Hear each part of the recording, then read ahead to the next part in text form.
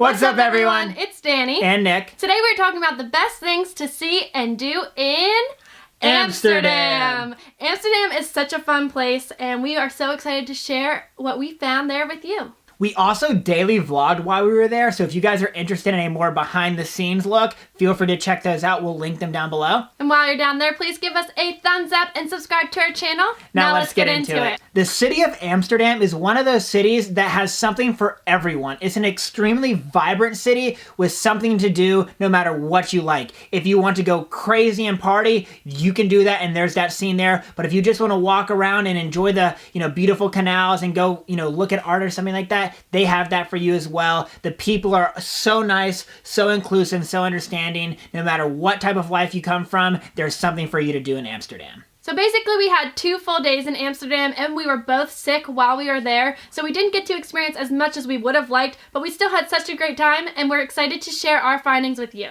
For accommodations, we stayed in a place near Leidesplein, which was the stop that we took the tram to. Very popular street to walk down, and about a 3-minute walk from the main attractions like the Rijksmuseum and the Van Gogh Museum. So very convenient location. We felt very safe there. It was an Airbnb, so it was nice to have a little homey feel.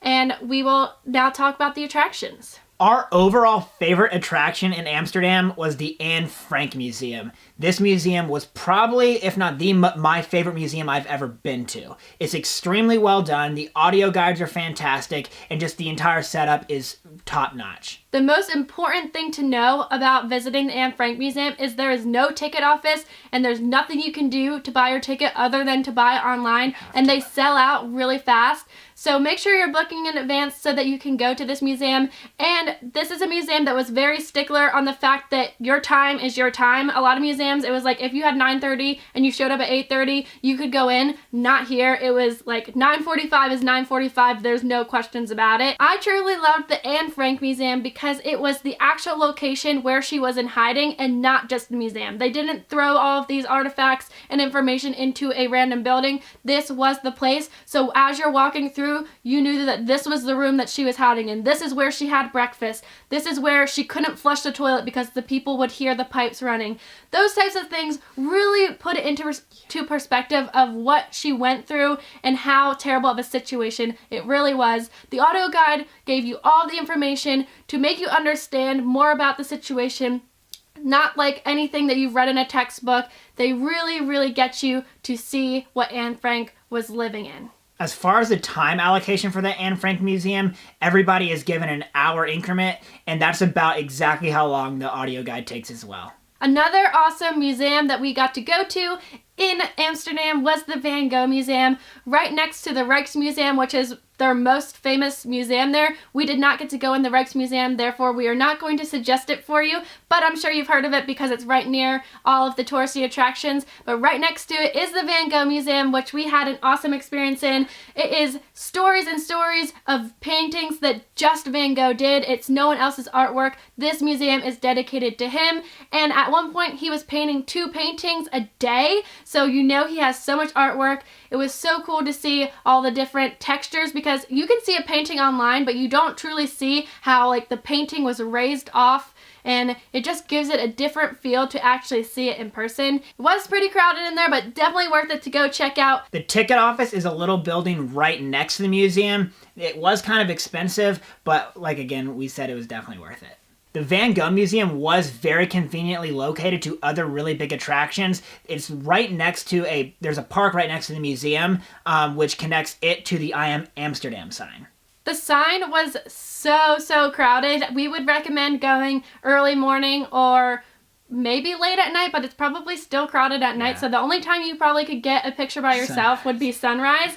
Still cool to go check out just because you see everyone have pictures there, and it just is a touristy thing to do in Amsterdam, so definitely go check the sign out, but just be prepared for those crowds. It's also fun in the winter to go to the ice skating rink there. Unfortunately, it was closed when we were there, but it is open in December into January.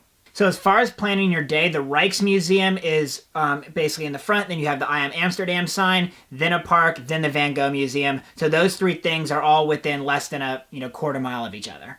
Something else that you just have to go see while you're in Amsterdam is the famous red light district. Obviously, if you have kids, you probably don't want to go down there, but it is something that Danielle and I thought was worth at least going to see. They do have red light district tours at night, which last about 2 hours. We didn't end up taking one. It's an extremely crowded area, so very, very safe. You don't need to go on a tour. Obviously, it'd be cool to get some of the extra history, but just go down there, whether it's the day or night. Night would probably be better just because it's more crowded.